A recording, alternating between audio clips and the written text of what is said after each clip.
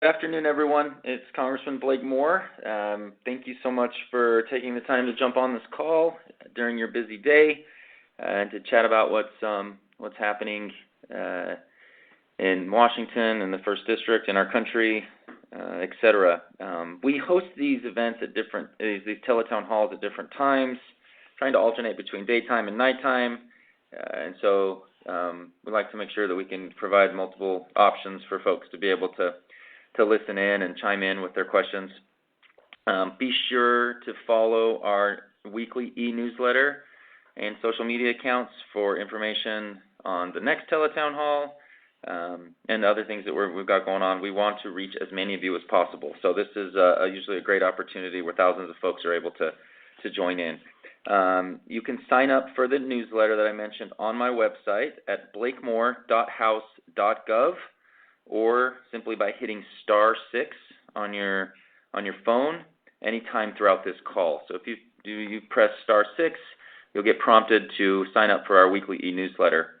This is not something where we send out spam and anything political. This is an official channel that we send out approximately one email per week, and something that I spend a considerable amount of time on reviewing and providing updates from my own voice, and I've gotten a lot of great feedback from folks on it, and something that I've really enjoyed being a part of. So thank you again.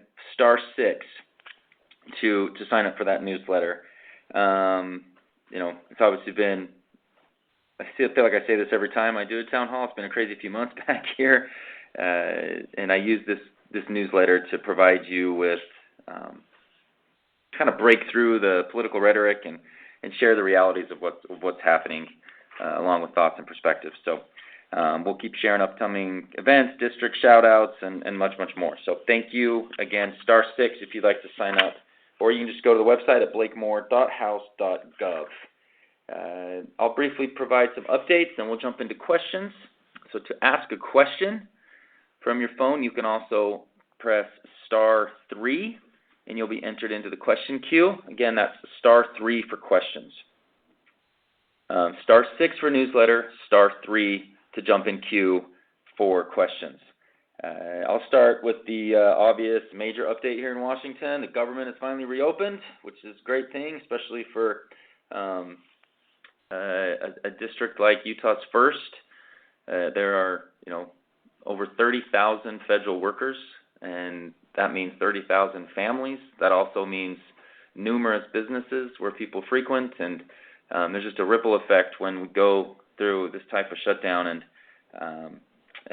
it was a 43-day long, the longest in history. Not a record that you want to try to do. But after 43 days, our military, our federal workers are receiving pay. Our aviation system is operating again. Critical services are working for Americans across the country. And I've alluded to this several times. I've talked about it ad nauseum in various conversations. But shutdowns, there's two major points of leverage when you're in the minority. And to some degree, one of these leverage points is actually, something that I've used when I'm in the majority. One of those things is the debt ceiling. It's something that comes at different times, and you can use it as a way to address something that you want to address, and that's been a pretty healthy, in my experience, a pretty healthy aspect. And it's 2023. We House Republicans had the majority, but President Biden was in office, and Chuck Schumer was the Senate Majority Leader. And with that upcoming debt ceiling, but we required a cap in spending, reductions on certain things, and a permitting reform. But the whole idea around a debt ceiling is we've got to get some fiscal things in order or in a better trajectory. And so that was a negotiation used pretty positively. It ended up being a bipartisan vote, and we moved forward. The shutdowns is another tool oftentimes used over the course of several decades that we've seen in our past that the minority will often use. there's a big reason that when I was in the minority, I wanted to avoid this. Not only because Utah is an incredibly strong federal workforce district, but because they're not effective. And you'll see, and I've said it numerous times, we are at the same place now than we were before we started the shutdown with anything of substance. What it ultimately was a messaging opportunity, and I'll share a little bit about why that was the case. I believe this was primarily a messaging opportunity for the Democrat leadership had pushed heavily for and pushed their members towards for a midterm election messaging opportunity, and I believe they put that ahead of livelihoods and over economic factors and air traffic controllers that have nothing to do with any of these specific fights back here. Now we're on the other side of the shutdown. I would like to just briefly dig in and to maybe explain a little bit about what the hang-up was and where we go from here. And I've shared this with my newsletter subscribers, but the Democrat leadership was really focused on using the Affordable Care Act, Obamacare, also known as the Unaffordable Care Act. Lots of names are given to this piece of legislation back in 2012, 2014. But there's these expiring Affordable Care Act enhanced health care subsidies. They expire at the end of this year. And they wanted to use this shutdown as a banner moment to be able to demand the Republicans either make them permanent or continue to have the government shut down. It was branded as saying that Republicans are ripping away health care for millions of Americans. I'm sure you've heard this at least once during the shutdown or the last few months. I would like to share the cutting through the rhetoric of this and share just some specific details and my position. So, Republicans' priority was always to keep the government open. And we've done that even when we were in the minority. Even with calls from our own side to say, hey, we should do a shutdown for this, that, or the other. I love what one of my colleagues, Dusty Johnson, said early on in an interview on a news network. The interviewer asked, who's going to win this shutdown? And he just looked at the interview and he said, no one wins in a shutdown. And I think that sentiment actually plays out pretty well here. But we put forth, House Republicans put forth what's called a continuing resolution, and that is simply continuing the current level of funding for the government. And it was for a time designated towards the end of November. And what you want to accomplish during that time is to finalize the appropriations bills. There are 12 appropriations bills that you have to get done every year. And if they don't get done by the end of fiscal year, September 30th, then you go into a shutdown if you don't pass a continuing resolution. And we passed a clean CR, that's what we call it, when there's no specific partisan priorities in there. It's a nonpartisan bill. It's a very basic, simple, continue the funding level. This last funding level that most recently passed the appropriation cycle was actually during the President Biden years.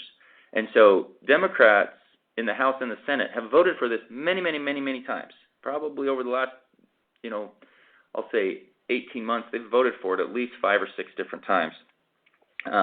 But they used this time to say we're not doing this because we want to make sure that these Obamacare subsidies don't expire. I'll get more into that in just a minute. And so House Democrats basically all voted no on this, but it doesn't matter because we have the majority, the Republicans have the majority, and therefore we can pass the bill with a simple majority of 218 votes. But Senate Democrats, and in the Senate you have to have 60 votes, and there's currently 53 Republican senators and 47 senators that caucus with the Democrats. And so there needs to be at least like 7, I'm not going to say 6, 7, I'm going to say 7 or 8 Senate Democrats needed to vote for this, otherwise the government shuts down. So when we say Senate Democrats shut the government down, they didn't provide any of the votes to get to 60 to do this. And that's my point of they've actually voted for that same exact bill numerous times. We did not put any partisan priorities in that CR. We did a very simple, clean, keep the government open for a few more months while we negotiate in a bipartisan way the finalization of the 12 appropriations bills. As we've ended this shutdown, we actually got 3 of those 12 done, working on finalizing the rest before the January deadline, and I'm hopeful that we can get that done. Now, to the healthcare subsidies, and then we'll jump into some questions here in a minute. The healthcare subsidies, these are not part of the budgeting conversation. These are not part of the annual appropriations cycle. They are a separate issue. And so that's using government funding, government services, federal workers' pay, military pay, WIC, SNAP benefits. That's using that as leverage to be able to get some other priority that you wanted. Now, this priority is called, let's just call them ACA subsidies from here on out. ACA subsidies were originally put in place as part of the original Obamacare back in they were enacted in 2014. And so there are subsidies for lower income individuals to be able to use, to be able to acquire insurance from various insurance exchange providers. That goes on for, let's say, 6 or so years. And in 2021, when Democrats had the White House, House, and Senate, they, during COVID, enacted COVID-era ACA subsidies that were set on an expiry of 4 years. So they were just set for 4 years until they expired at the end of 2025. And what they did is they increased the level of subsidy for the original Obamacare subsidies. And that increased level, that what we call it the enhanced version, that expires at the end of this year. And those 2 things that took place, only Democrats have ever voted for those things. So Republicans have never, in the history of all of Obamacare, haven't voted for any of those. They were done by Democrat-only votes back in 2021 and 2022 when they enhanced those and set them on a timeline to the end of 2025 to expire. And so they're now saying, now that Republicans have the White House, House, and Senate, it's your job to extend our subsidies that we put to expire at the end of 2025. That was something that was never going to happen. That's not the way we approach it. We have a fundamental different belief. Conservatives and liberals have a fundamental different belief on how to deal with healthcare costs.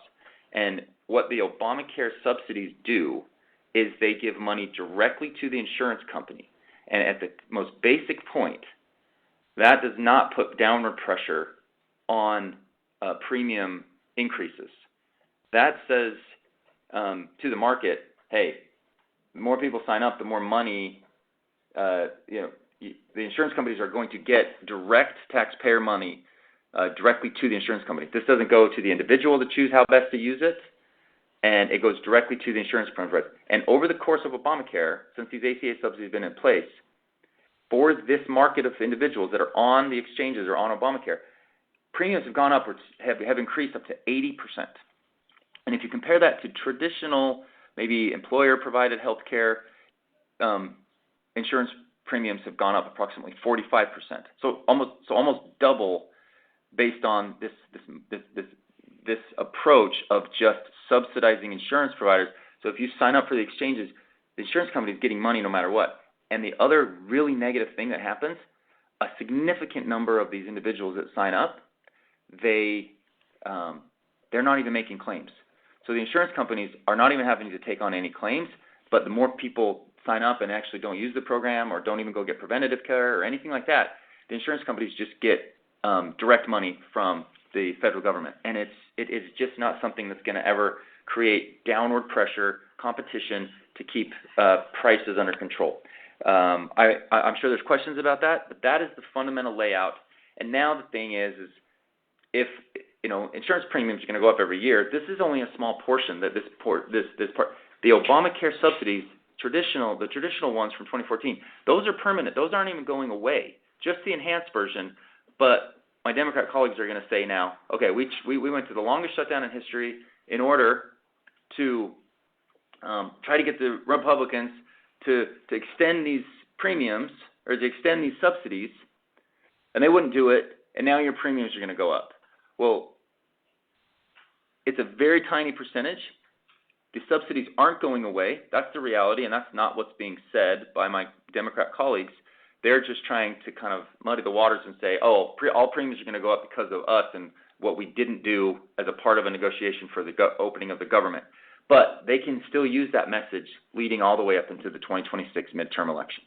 And as I've learned, and both parties do this, there's always a midterm election message that needs to be out there. They've even got it. This is something that both sides of the aisle do, and they try to take a message tactic to their advantage. It's frustrating. I've got 2 bills that we did this week that are directly related to trying to reduce costs of health care, not just overly subsidize it. I've also introduced what's called the HOPE Act. It's similar to a health savings account, so I typically like when there's savings needed in a setting, empower the individual to make consumer decisions instead of just subsidizing the like in this case the insurance industry. And something called the HOPE Act would do that, and it would actually expand it to more individuals. Health savings accounts have been very popular in Utah. We're actually the #1 state with top penetration rate. Minnesota's like #2, but Utah's a really strong state for that, and so we've seen how that can go and help alleviate some of the costs of health care. So those are some things that we're working on. Happy to talk more about it. *3 for questions. We'll jump right into it. Obviously, the big the Epstein file thing was yesterday or this week.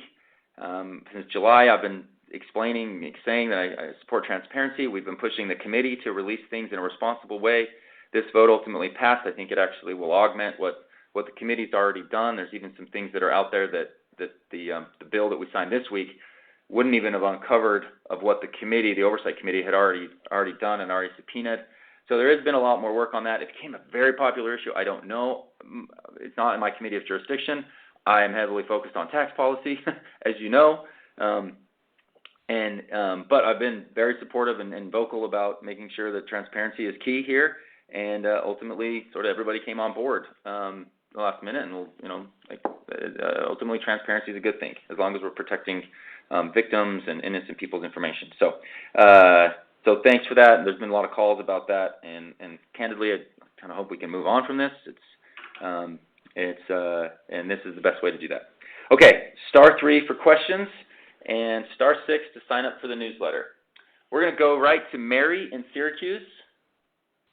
Yes. Mary in Syracuse, if you're on. Oh, great. I can hear you.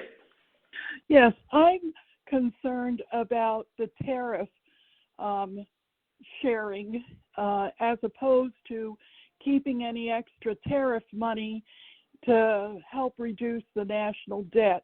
I don't think with the experience of the COVID rebates, all the fraud, all the misrepresentation there was there, and that hasn't even been cleared up yet, that we should be passing out checks to individuals for extra tariff relief. We really need to reduce the national budget, and I think any tariff money should be kept to reduce the national debt. Mary, thank you. I could not agree more. I've already been, I answered 2 or 3 interviews about this yesterday. I met with Secretary Bessent, our budget team. I'm on the budget committee. Our budget team met with him yesterday. Our chairman of the budget committee currently right now, Jody Arrington, he made that part of his opening statement to Secretary Bessent, made it very clear.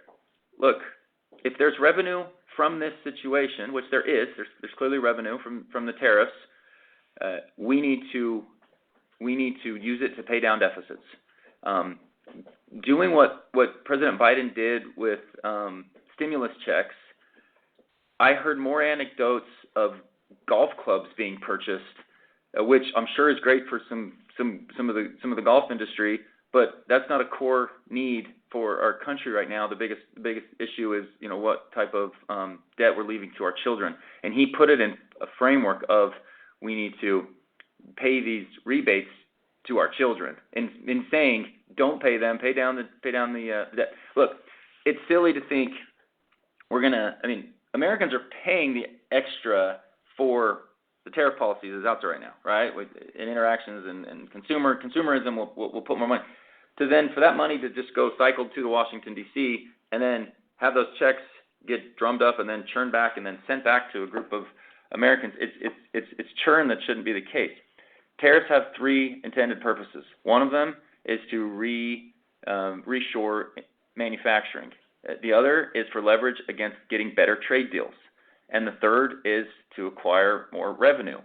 And if the revenue piece, I have a tough time with it because I don't like increasing costs for Americans. That's potential downward pressure on the economy. And you've seen President Trump just as yesterday on 200 food products announced that he's not going to be doing the tariffs anymore because he's seeing anywhere from chocolate chips to coffee that it's making affordability issues.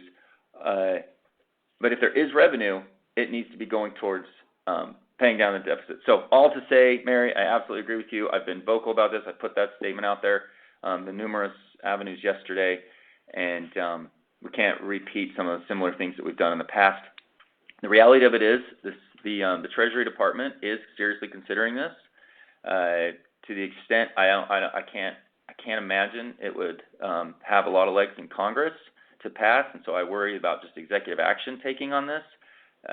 But members of individuals have been clear in saying that this would need congressional action.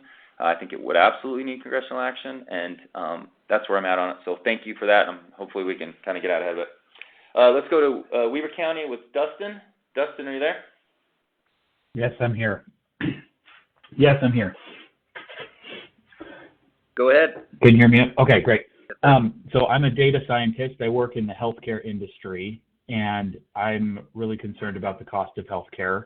And more for my family specifically, I'm frustrated that in this enrollment period, I don't really have a choice of what coverage I get because I'm financially constrained by what my employer chooses, which makes sense because from a tax perspective, it's in their best interest to collude with the insurance companies and basically tell me what my plan will be. So I have two short questions. One is, what do you expect the measurable outcomes of your Promoting Physical Activity for Americans Act to be? Like, how are we going to measure whether that was successful or not? And two, what are you doing to let me choose my own insurance plan instead of my employer? And why am I not getting those tax breaks instead of them? Excellent. Okay, thank you very much. You bring up an incredibly important point. We have a bill called the Promoting Physical Activity for Americans Act. There's a unique Utah connection here. Former Governor Leavitt, also Secretary of Health and Human Services, implemented this back in 2008. I think that was the year. And what it does is it provides recommendations on physical and fitness and physical activity for Americans, just to be able to know in a central place where some of the latest science is and ensuring that Americans have up-to-date good data to follow. We're making we're saying Congress is asking HHS to make sure to publish that and make that data available readily. It's kind of wavered over a decade or so on whether they did it or not. Trump's first term, they did it, and we just want to push HSA to be able to do it. I'll say that being able to do a pre and post test, something that I used to actually do quite a bit in my previous career in management consulting, would be ideal. Large scale, high sample size would be a pretty sophisticated study. But your thinking on this is pushing to us to be thinking beyond what we will ultimately want to do. Having the information is clearly a good thing, and we look at. I'm so bullish on the leveraging of technology to be able to, for us as individuals, to empower ourselves to understand our own health information better. There's things, Fitbits and Oura Rings and other watches that folks use, smartwatches. There's a lot of people embracing that, and we have an opportunity right now to be able to sort of own our own data and our own information. Looking at it on a macro level will be great, but that's testing obesity measures and and diabetes and things like that. We're already doing that, and if we see downward trends, I would. I'm not going to go out on a limb and say that my bill is going to be able to create a downward trend in that right away that we'd be able to see. That would be wonderful information to have, but this is that you're pushing me on a way that would be like, okay, what are we actually going to be watching? We know that it's good to do this. Let's take it to the next step. So thank you for that encouragement. With regards to giving you more choice, like what we have to be able to do is for the first time in decades to be able to target the actual cost of healthcare. I think that HSA plans are a positive thing, but right now they're limited to certain high deductible plans. And there was a time with my family that high deductible plans made sense. I actually don't get to choose really what I do now. I'm forced into doing the.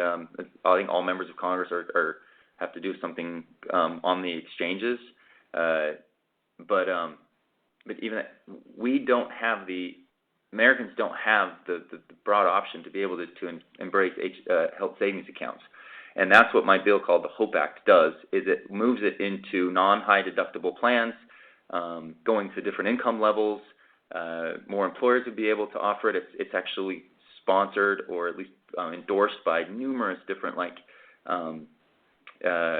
companies that would be interested in being able to provide health savings accounts with their plans that they provide, because giving more options to non-high deductible or traditional, like HSA should be allowed in all of them. There's a cost to it, but I think there's an overall long-term benefit to it as well. So that's an area that we're working on. But I want there to be more lower cost options out there by using telehealth better. We have something called the Health Access Act that will make it more available for folks to be able to go online, find the provider, get the appointment scheduled, get in more frequently to be able to see it get out ahead of certain ailments. We have to be able to bring costs down as opposed to just continuing to subsidize it. So I don't know the specifics of your employer versus what you could be doing on the exchanges or whatnot, but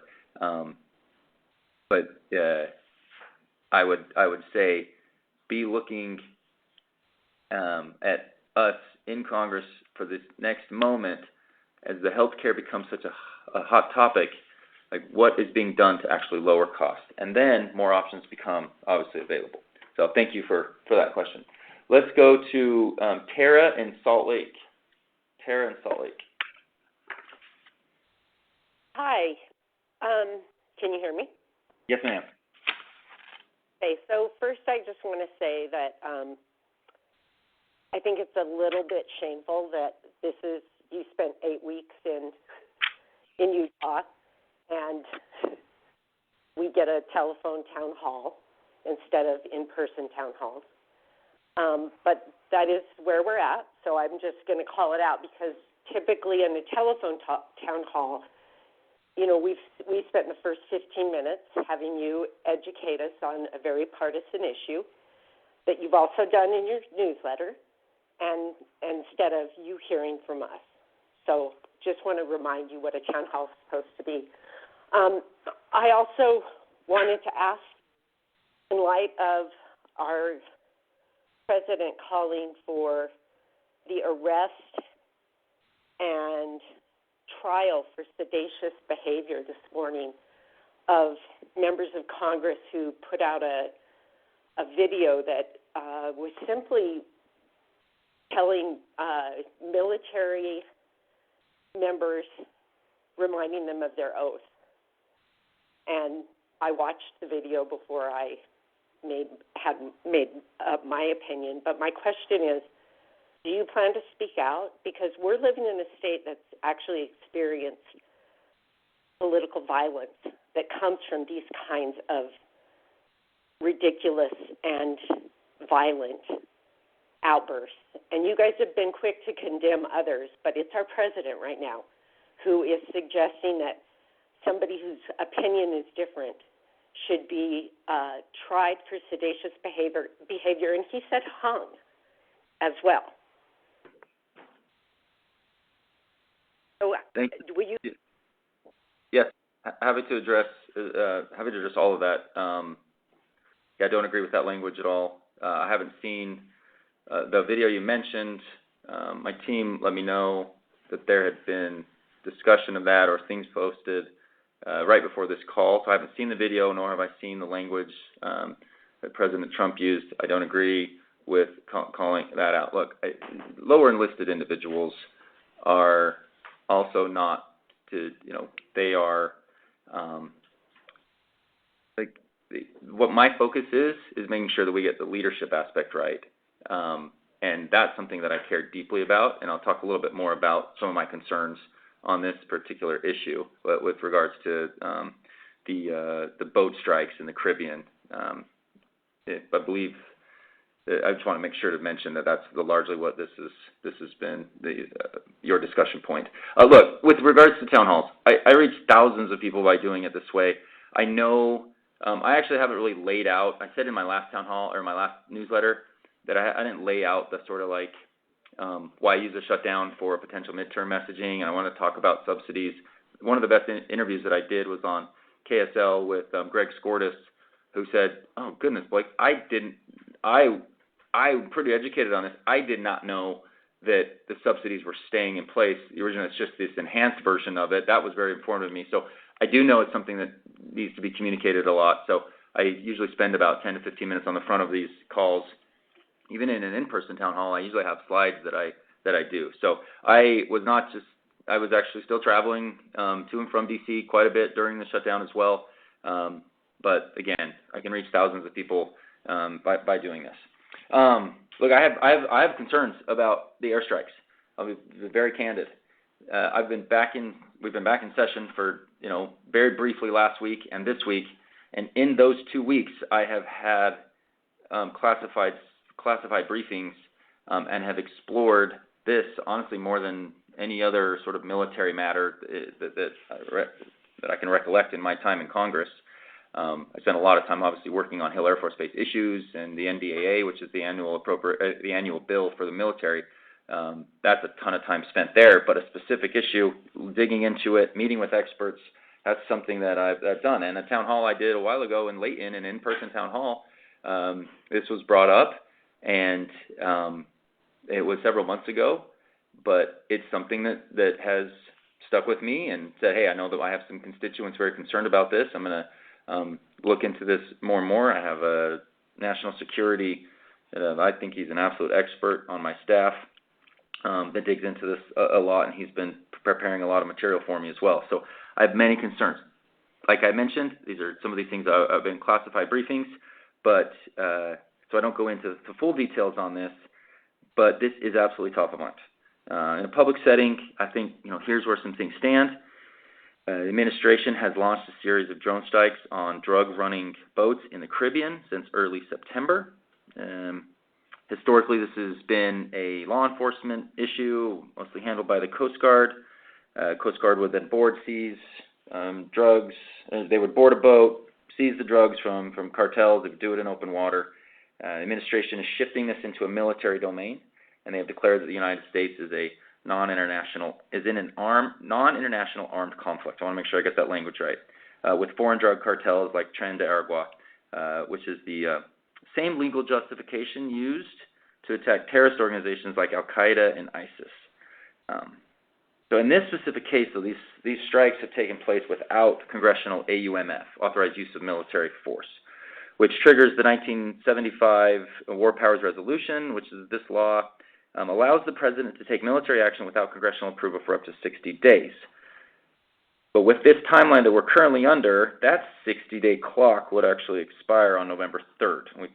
We're past that. Look, I'm very, very supportive of President Trump's peace through strength approach to foreign policy. It's got really strong results from his first and through his second term, particularly the Middle East, return of hostages, ceasefire. That it's never perfect over in Israel in that region, but we're seeing good results, and we're starting to see sanctions on Russian oil companies also yield good results. But my concerns with the strikes. The 60-day clock expiring means the administration has two choices. They either come to Congress to ask for an AUMF, or they argue that they are not legally engaged in military hostilities. and intelligence that's been collected. These need to be tight. That's the area that I feel like that I have some involvement and history. I have major concerns that the British are no longer now sharing intelligence with us in the Caribbean region. That has been something that has really kind of triggered me to be focused on this even more. That's not something that happens. They're a Five Eyes nation. We share intelligence readily with 5 specific nations, and for our British counterparts to be reticent to do that gives me some concerns. The conversation around fentanyl and cocaine, both horrible, but what we're doing right now, like the fentanyl comes from Mexican cartels, not Venezuelan cartels. That's traditionally cocaine, and it's unclear where is that ultimately going.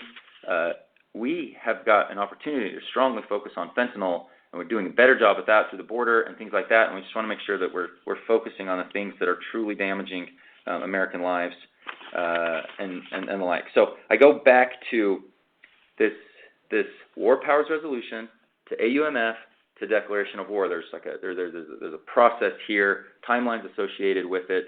If military is not being, if military is not in threat, then the administration might try to argue that they don't have to start the clock. And there's just a lot of things swirling going on right here that I think is very, very important. We need to make sure we get this right. Also, providing our peace restraints to ensure that we don't have drugs continuing to flow into our country. So I appreciate the concern, the focus. I've learned about this in multiple different angles, but I do, recognize that at town halls recently, this has been a topic that's been brought up, and I am doing everything I can right now, and I will continue to. I have more meetings on this to get a better understanding of this, where the legality goes, where the thresholds are, things like that. So this won't be the last that you hear of me on this. Okay, thank you for that. Let's go back to the star three for questions to get in queue, and of course star 6 for the newsletter. We're now going to go to God's country in Ogden Valley, up in Huntsville, to Lynette. Lynette, are you on? Yes, I am. Thank you so much. First, I want to just say I appreciate these and the accessibility of your team, because I have met with Andrew virtually and also have been in touch with Lisa. I do want to say your intro was important, and I appreciate understanding that you understand more than I thought, frankly, about healthcare. But I think it is important for me to continue with my question for the audience, as well as a couple of different things that have not been spoken. So I'm going to go ahead and phrase my question. I have worked in the employee benefits space for 20 years and do remain surprised at how many people in the space don't understand the intricacies of our healthcare system. And again, I have to admit that I did not realize the original subsidies were going to continue, which is disappointing. So thank you for calling that out. However, we are at a pivotal point right now to overhaul the system. The costs to employers are crippling, which are prohibiting growth, innovation, contributing to our price of goods we see. And this is on top of the rising contributions and out-of-pocket costs that we experience ourselves as patients and employees. And these costs, this is the point, are not rising because it costs more to deliver them. They are rising because they can. Without transparency and a free market where the prices of goods and services are determined by supply and demand expressed by sellers and buyers, the fees and premiums will continue to rise. So my question is, do the full members of Congress truly understand how our system works? How many layers there are getting paid before care is paid for? How many steps are involved for everyone to get care? Where it's impossible to know what a reasonable cost should be for a service, what the actual cost is, what the out-of-pocket cost is, what the care is actually covered. The cost can vary by thousands of dollars for the exact same procedure, et cetera, et cetera, et cetera. Because if anything is overhauled right now in the absence of these fundamentals, it's just not going to work. I'll answer your question very bluntly, and then I'll give a little bit more context as you bring up some ideas and interesting points for me. No, 435 members of Congress do not have a firm understanding. I can say that because my first 2 years, I was obviously focused on my committee of assignment and all these types of things, but I have continually learned as I've entered into Congress. I didn't have a healthcare background necessarily before I came to Congress, and I got on the Health Subcommittee of Ways and Means.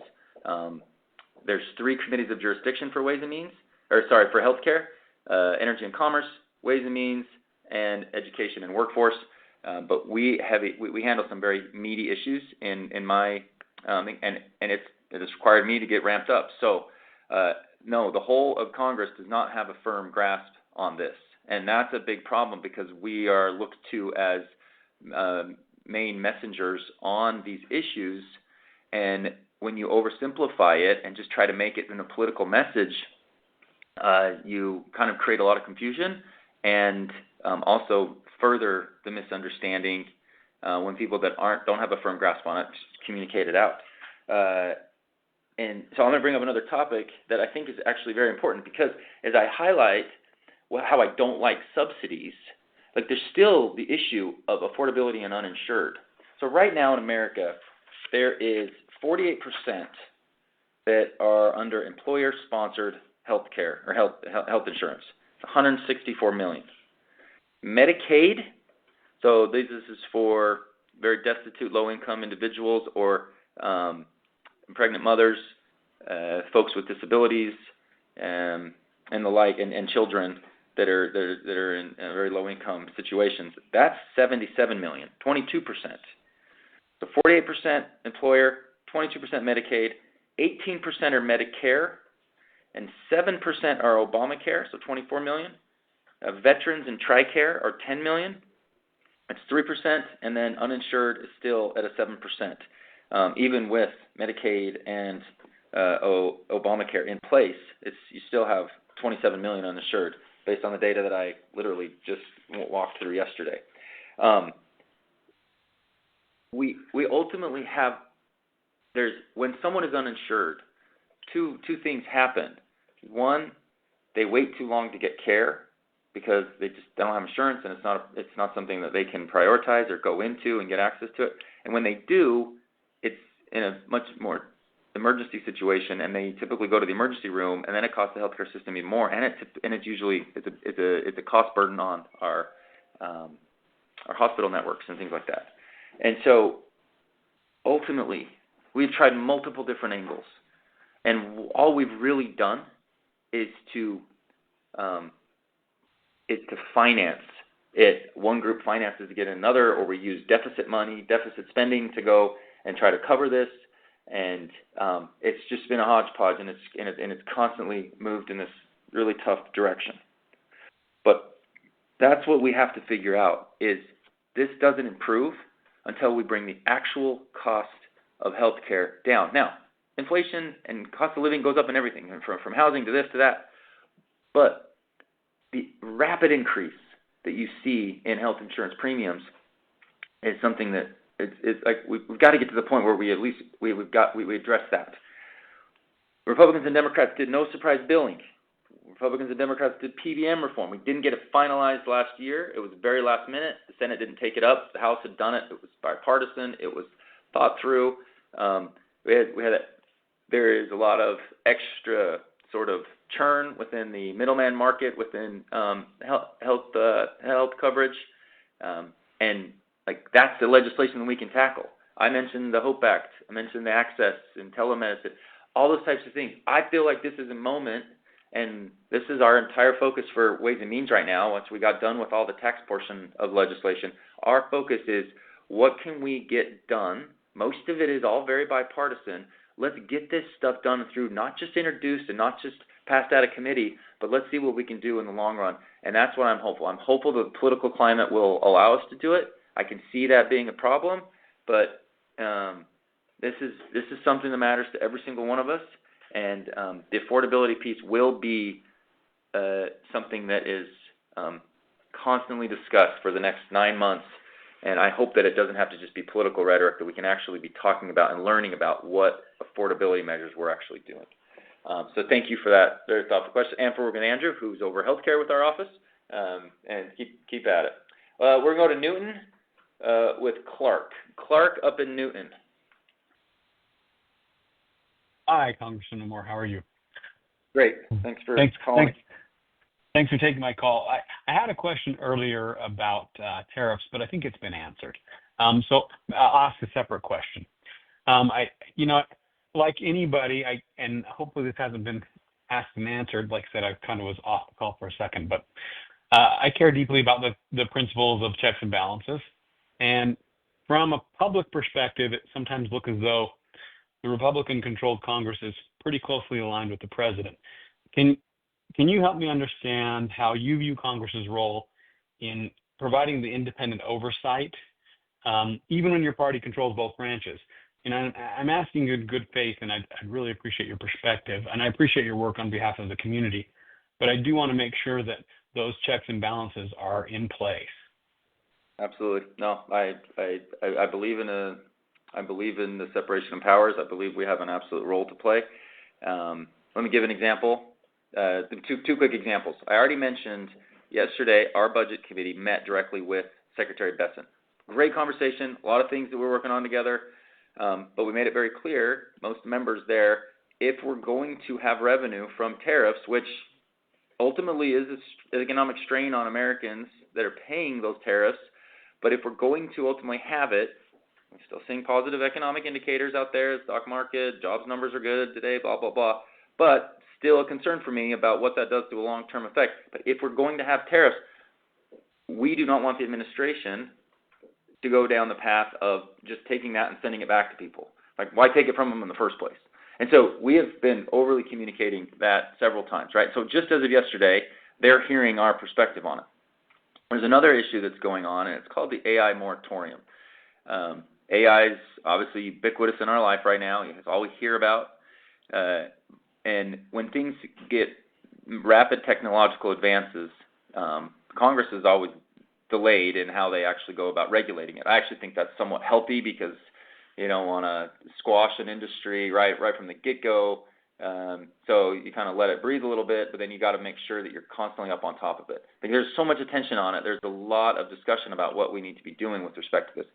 But more so than anything else, the states are very interested and concerned about AI and its rapid growth, and they want some autonomy to be able to regulate it for them, for their state's interest. Utah is heavy on this. So the state of play right now, like there was an attempt from the administration to get that into final passage in the reconciliation bill, the one big beautiful bill that we passed on July 4th. But there was not broad support for it. I was clear on where my support was ultimately on this aspect. Our state leaders have been very clear. I represent Utah, and that's the real. I trust Utah on their ability to do something like this. But where we are right now is there's a renewed effort to try to do this moratorium where we don't, the industry doesn't want 50 different regulatory frameworks from 50 different states. They think it'll be hard to navigate that. There's some merit there, but we also recognize the federal government's not going to be able to do a one-size-fits-all approach. And you have states like Utah that have really good ideas and really specific cares about protecting children, online safety, and the like. That we need to make sure that we don't moratorium where they're not allowed to do anything. And so our state's very clear about this. So that's not going to pass legislatively. Like that wouldn't. It's already tried to pass legislatively. There's efforts to try to put it in the defense bill. That's getting tons of pushback right now. Now we're seeing, as of yesterday, that's going to become an executive order. And so that's where the rub is at this point. It's coming to Congress for consideration, and if we're rejecting it, my worry is that the administration's just saying, oh, we're going to go ahead and do it. Anyway, I have problems with that. And so we keep communicating our frustration on that. There are supporters of this in Congress, even in my leadership team, and they're like, oh, the pesky Utahns. Like, what in the world? Like, they don't see the big vision on this. Well, we do, but we also see the big potential damage of this as well, and we want to make sure that our state's voice is represented. So that's an area that, an executive order is an executive order. Unfortunately, it's a significant part. We've seen it from multiple administrations now. I think it's either got to go one way or the other. You got to have a president that's in there that wants to say, hey, I'm gonna go and work really closely with Congress on this. The areas that like the tax portion, that can only be done through us, and we landed in a good spot. But like there are many executive order pieces that I don't agree with. And the tariff aspect, like I had mentioned, I still maintain a very good relationship with the administration, particularly on tariffs because it matters so much to Utah. I will go and interact with Jameson Greer a ton. He's a trade ambassador, and we have a great relationship, and he is doing so many good things to help work back and forth with us. So there's a lot more that's being done interpersonally on this that are producing results to multiple manufacturers in, I'll say it, Box Elder County right now, like what we recently have been involved with. So there is a lot more good that's being done on the back and forth. You're not going to necessarily see it always, but that's just some examples. So thank you very much. Let's go to Mark in Mountain Green. Mark in Mountain Green, another part of God's country. Yeah, the number one part. Thank you, Congressman Moore, and I appreciate your newsletter. I appreciate your continued support of the Clearfield Job Corps Center, the Weber Basin Job Corps Center, and MTC. You're probably the district with the highest impact of Job Corps in the country, and we have been level funded since really 2019, despite inflation and continuous bipartisan support. And we need to really instill some sense of stability to the program for the sake of the staff and the students, and really the prospective students as well. So I was in D.C. the first part of this week working with the Senate appropriators on the Labor H appropriations. There's really strong likelihood of it passing on the floor with full support, full funding. And I think the next step would be the House side, come back to the House, and we're just looking for support from leadership, from you, and even guidance on how we can get full funding for the continuation of the Job Corps in the House side. So do you have any guidance on that particular matter? Yep. Hey, thanks for this. And you're obviously involved and know what our involvement has been. The stability piece is, it was really, really murky back in June timeframe. And I'm very much okay with the administration taking a look at results, taking a look at data, and as I would go and reach out to Secretary of Labor, who's a good friend, we had many candid conversations about this. Obviously, my perspective was what this has been done, what good this is to the community, how this has been positive, that in the absence of it, the detrimental effect it has on this population of young people, because you give a lifeline to these individuals and you put them on a productive path, and it's happened over and over. And I would say that our Clearfield Job Corps is one of the shining stars. Here's where I was explaining it to people, some folks the other day that we talked about this. I was talking to the housing provider people because they're stakeholders, and like there's obviously, like you said, level funding is a constraint because that's a cut every year. If you have if $10 from 2019 is no longer worth the same, as we all understand, and so there is a consistent cut every single year to this. What we have to do is make sure, as that likely would continue, I mean, even the proposal, if the Senate proposal came in at flat funding, it's still a cut, and we need to loosen the reins within labor for experts like MTC, Management Training Corp in Utah, in the Davis County area. We need them to be able to better influence the broader market of Job Corps to say best practices, here's what we're doing, here's how you can be more efficient, because we're doing so many good things like that. And so as there's this constraint, I think the most important thing is to move this into here's where we go with best practices. We've talked about that specifically with Job Corps. You guys have done a great job of trying to articulate that to the Labor Department, and also pushing them and saying, hey, let's get the background investigations, or background clearances. That's been a constraint on you all. That's going back. So where we were in June to where we are now is in a much better place. You've got employers and outside groups that are willing to engage on this and help train these young men and young women. I've spoken at their graduations, I think 2 or 3 times. It's been an honor to be a part of it. There's support here, and then we've got to use this moment to make the program as efficient as possible. And I think with programs like Clearfield and there's Weber Basin as well, we can show a lot of the other places that don't, because there isn't as good of outcomes in some other areas, and we need to make sure it's results-based. Thanks so much for that question. We're obviously involved, and it's a big part of our district. Okay, let's go to the last question, and I have to go lead a roundtable on healthcare, actually. Let's go to John in Ogden. Yeah, Johnny. I had a couple of questions. Can you hear me? Fire away, yep. Can you hear me? Yes, sir. Okay.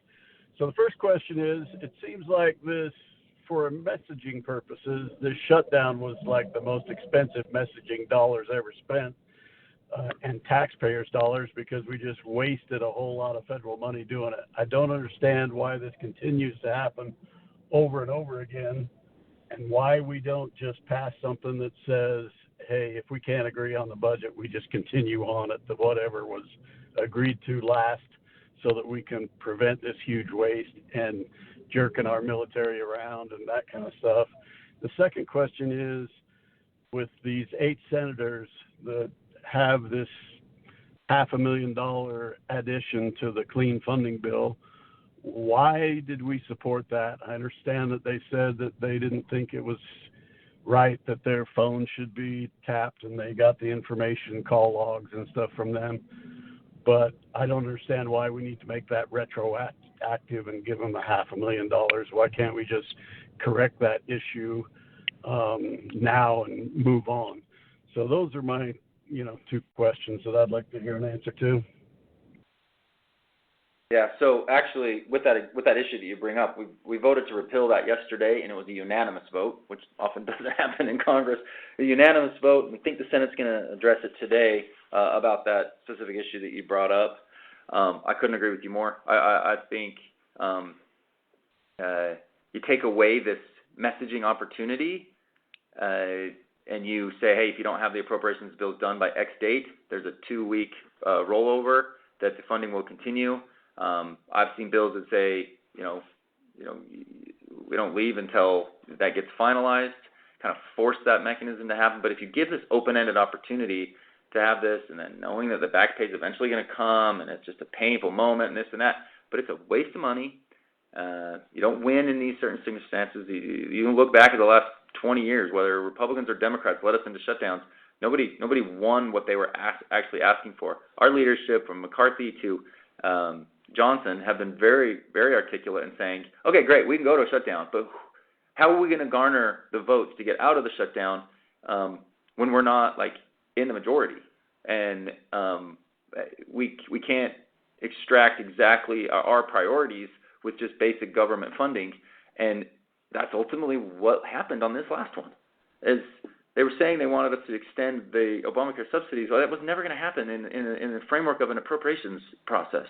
And we can work on those issues separately, but it's a bad leverage point.